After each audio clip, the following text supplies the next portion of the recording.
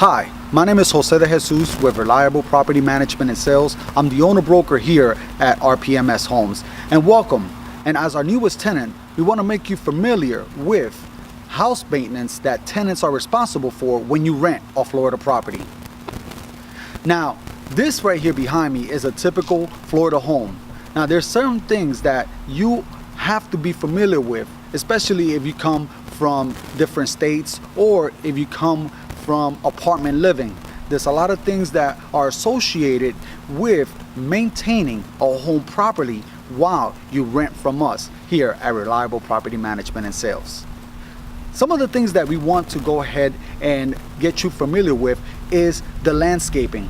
The landscaping has to be one of the things that you would be responsible for most tenants. Now, there are some landlords that will pay for the landscaping maintenance on a monthly basis. What we suggest is that it's kept nice and trimmed, and also that the bushes are trimmed, and that it's cut level, and that is fertilized on a regular basis so you can maintain the lawn nice and green.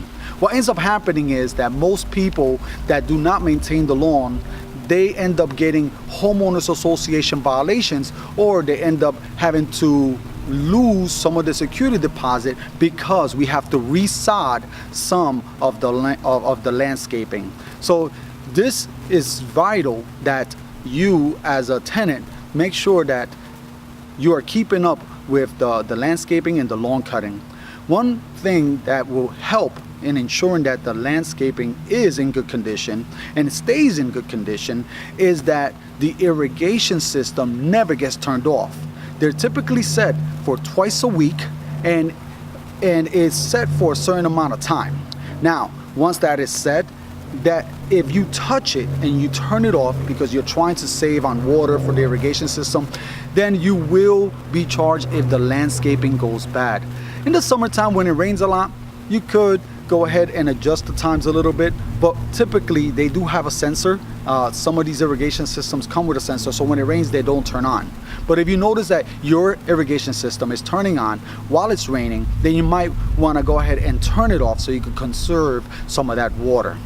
Another aspect that you have to be aware of while you're living in a Florida home, if you have a pool, you want to go ahead and make sure that either A, you have a pool maintenance company, or B, that you're cleaning the filter on a weekly basis and checking the chemicals. The pool pump is very important in the operations of keeping the pool nice and clean and maintained. So what you want to do is make sure that the pool filter is cleaned properly every single week, and that you're getting a test strip for the chemicals. I'd rather just pay a pool cleaning company to maintain the pool because it's typically cheaper than you taking care of it yourself and buying the chemicals. In Florida, the thermostat seems to be like a mysterious thing for some people. So I'm going to go ahead and demystify the thermostat. The thermostats have a few settings. You have cool, you have off, and you have heat. Now, if you go ahead and click the switch to cool, that means that you want the house to be cooled down, and then you're going to go ahead and set the temperature. Well, how do you set the temperature once you turn on the cooling system? Well, you see these two little arrows. There's an arrow pointing up and there's an arrow pointing down. If you want it to be cool, then you set the temperature at a lower desired temperature that you would like your home to be in. You don't want to set it in the 60s because it's gonna pull too much of the system and it's gonna break the AC air handler. It usually happens when it's running for hours on those hot Florida days, and you're trying to run it at 60, 65 degrees is just way too low. Keep it around 75, 76 is great, so you won't have any uncomfortable nights because you don't have AC because you're waiting for your maintenance guy to get there for Monday. If you're not using the system, we typically suggest that you leave it at 82 degrees.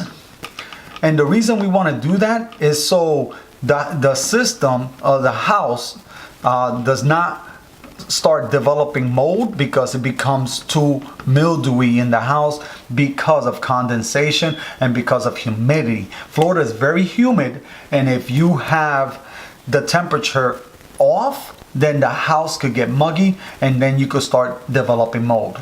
The next feature we have is the off button. Right now I just turned off the AC system.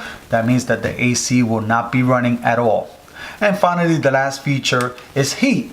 The Florida systems have both cooling and heating. So what you want to do is, in that 1 or 2 cold winter days that happen in Florida, if you definitely need the heat, just turn it on heat, and then obviously set the temperature at the temperature you want. You could bring it up to 80, 85, whatever you want. Now, one button that I tell all my tenants not to touch is the fan on or auto button. We always want to keep it on auto, and the reason we want to keep it on auto is because once you turn this thing on, that kicks on the fan on the air handler, and the AC system will start running. But now, if you decide, hey, I just want the fan running so I could circulate the air in the house, you could click this on, but just remember, even if this is on off, your air is still gonna circulate through the house, and it's just gonna drive your energy bills through the roof. So we tell all our tenants, just keep it on auto. Once you turn this either to cool or to heat, it will kick on the fans and it will circulate in the home. All right, we're now inside the garage where the air handler for the AC is found. The AC handler in most Florida homes are located either inside the garage or inside the home, anywhere on the first or second floor. Now, the AC filter of this particular AC unit is located right inside the slot right here in the actual air handler.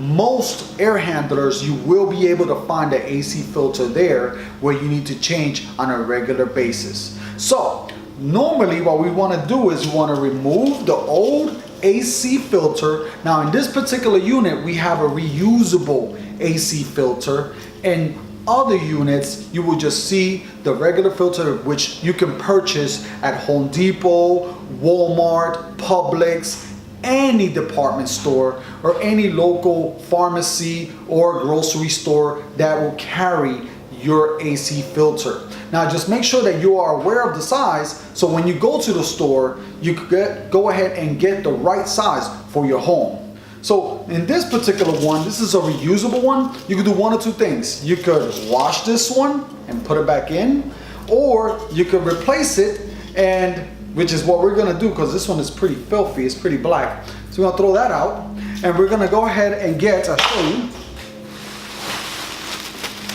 a brand new one that we just cut into size by measuring the old AC filter. We'll show you how it's gonna look at the end.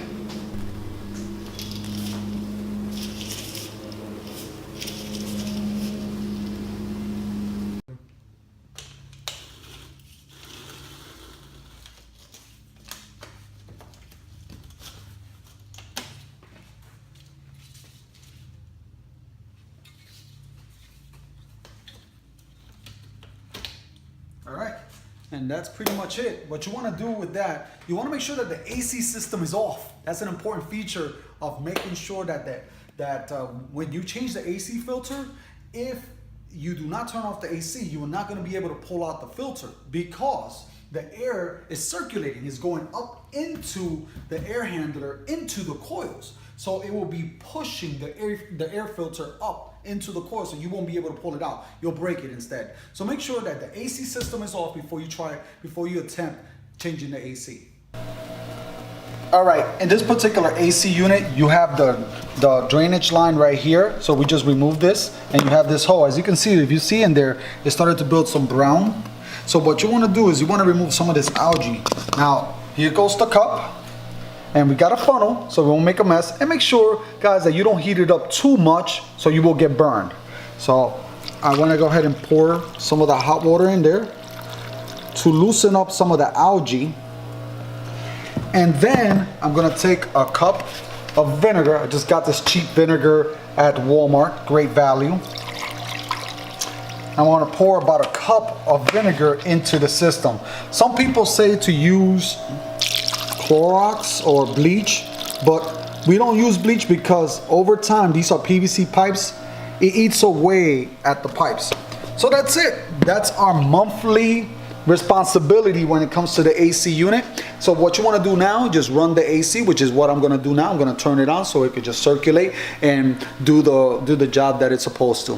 Thank you, and I hope that this video was very informative, and we look forward to having you for a long time as our tenant or perhaps a future buyer. Thank you and have a great day.